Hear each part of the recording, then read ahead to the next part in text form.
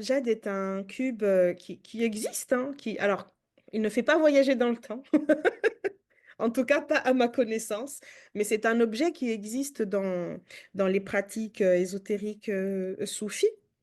On l'utilise beaucoup. Et comme d'autres objets, d'autres pratiques d'écriture qu'on va utiliser. Donc, on a par exemple ce cube abjad avec les quatre lettres qui sont censées être un peu ouvrir des portes ou protéger. Donc, en fonction des confréries soufis que l'on va rencontrer, il va revêtir une fonction différente.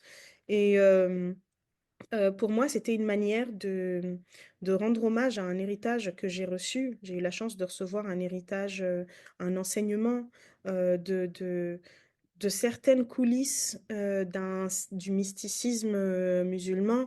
Et cet héritage-là m'a beaucoup libérée de la vision dogmatique de la religion tout en me permettant d'être en phase, en fait, avec la confession dans laquelle je suis née. Et ça, j'estime que c'est un cadeau précieux que m'ont offert mon père, par exemple, mes grands-parents, féminins comme masculins.